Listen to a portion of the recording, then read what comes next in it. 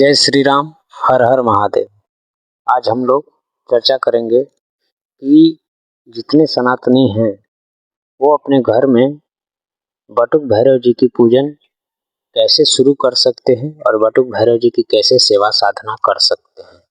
और मैंने अपने पिछली वीडियो में आप सभी के समक्ष ये रखा था कि क्यों आवश्यक है कि बटुक भैरव जी की पूजन की जाए और विशेष करके गृहस्थों के लिए, सामान्य जनमानस के लिए जो अभी वर्तमान समय में तंत्र का दुरुपयोग किया जा रहा है उससे बचने हेतु, दुष्ट आसुरी शक्तियों से बचने हेतु आपके घर में बटुक भैरव जी का पूजन नितांत आवश्यक है। तो आज हम लोग इस वीडियो में इसी बात की चर्चा करेंगे कि बटुक भैरव जी की पूजन अपने घर में कैसे करें। तो सभी जितने भी सनातनियों तक मेरी ये वीडियो संदेश जा रही है, आप लोग कृपया करके इसे थोड़ा शेयर कर दें और हमारे चैनल को सब्सक्राइब करके हमसे थोड़ा जुड़ें और हमारे वीडियो को ज़्यादा से ज़्यादा शेयर कर दें। तो चलिए आइए जानते हैं। बटुक भैरव जी की उत्पत्ति जो है वो गंगा दशहरा के दिन ही मानी जाती है और आने वाली गंगा दशहरा को इनकी अपने घर में पूजन करना या अपने पूजन गृह में स्थान दे करके इनकी पूजा की शुरुआत करना, इससे अच्छा उत्तम दिन और कुछ हो ही नहीं सकता। इसलिए आप सभी सनातनियों के पास एक बहुत जो है उत्तम जो है दिन आ रहा है। गंगा दशहरा के दिन भगवान शिव स्वरूप जो भगवान बटुक भैरव का स्वरूप है, इनका पूजन जो है उस दिन आप कर सकते हैं। अब पूजन में क्या कर सकते हैं इस पर चर्चा हम लोग कर रहे हैं। तो जी के पूजन में सर्वप्रथम आपको करना ये है कि आप बाजार से, मार्केट से बटुक भैरव जी का एक छोटा सा मूर्ति, ये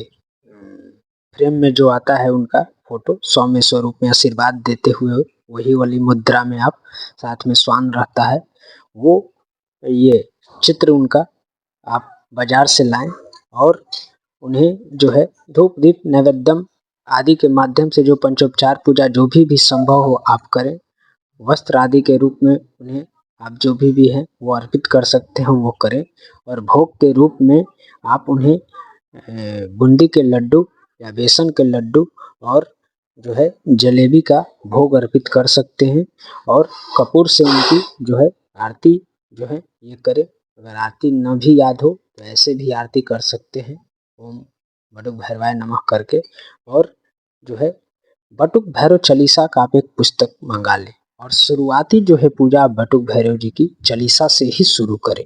जब आप कुछ समय बीत जाएगा, बटुक भैरव जी की चालीसा जो है आप करते करते थोड़ा सा अभ्यस्त हो जाएंगे। बटुक भैरव जी की ऊर्जा से आपका शरीर जब संपर्क में आएगा, तब उसके आगे के बाद मैं एक वीडियो और लाऊंगा कि जो साधना करना चाहते हैं, जो साधक वर्ग हैं, वो बटुक भैरव जी की और आगे कौन कौन सी साधना कर सकते हैं या ऐसी कौन कौन सी विधि या प्रक्रिया को अपना सकते हैं जिससे उनके घर परिवार की रक्षण संभव हो। तो पूजन में सर्वप्रथम आर में या आपके पूजा गृह में माँ भगवती जगदम्बा की अगर कोई फोटो या मूर्ति वगैरह है तो माता के बाईं ओर इनका स्थान रखना है, बाईं ओर इन्हें स्थान दीजिएगा। या महादेव की कोई होगी कोई मूर्ति या वगैरह कोई भी विग्रह वगैरह हो या शिवलिंग हो तो उनके आसपास इनको स्थान देना है। वहीं पर तिल के तेल से जो है ये दीपक अर्पित कर सकते हैं और जैसे पूजा होता है साधारण वैसे ही आप करिए, उसमें कोई दिक्कत नहीं है। और जब आने वाले वीडियो में मैं आपको ये बताऊंगा कि बटुक भैरव चालीसा के उपरांत और भी ऐसे कौन कौन से ये बटुक भैरव जी की पूजन पद्धति विद्यमान है या और भी कौन से ऐसे विधि हैं जिन्हें आप कर करके और जो है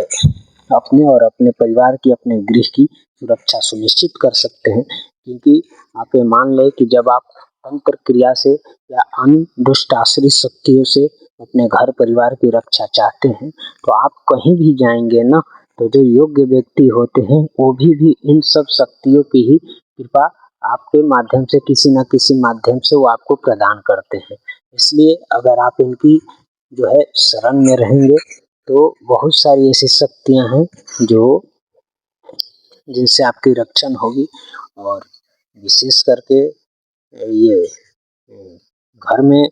गणपति जी का और भगवान बटुक भैरव जी का ये 2 स्वरूप का पूजन नितांत आवश्यक है। और बटुक भैरव जी की पूजन में एक बात और भी होगा कि आपकी कुलदेवी धीरे-धीरे जो है वो सक्रिय होना शुरू हो जाएँगी, या सक्रिय होंगी तो उनका तेज और दिन प्रतिदिन बढ़ता जाएगा। इसलिए भैरव जी की पूजन जब आपके गृह में होगी तो उससे 2-3 फायदा ये भी है कि होता क्या है कि जब ये जितने दुष्ट लोग हैं, ये जब आप पे तांत्रिक प्रहार करेंगे, तो ये बाल स्वरूप में जो ये प्रेत साध के रखे हुए हैं,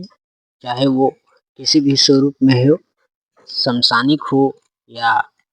कैसा भी प्रेत हो जो बाल स्वरूप में होता है, जब वो आपके घर में प्रवेश करेगा तो और जो शक्तियाँ हैं ना, वो बाल स्वरूप समझ के उन पे दया कर देती हैं और उन्हें ज़्यादा रोक-टोक नहीं कर पाती हैं, और इसीलिए वो आसानी से आपके गृह में प्रवेश कर जाते हैं और वो फिर अपना त्राहिमाम मचाना शुरू कर देते हैं। लेकिन जब आपके घर में बटुक भैरव जी पूजित रहेंगे, बटुक स्वरूप में पूजित हैं, तो वो तत्काल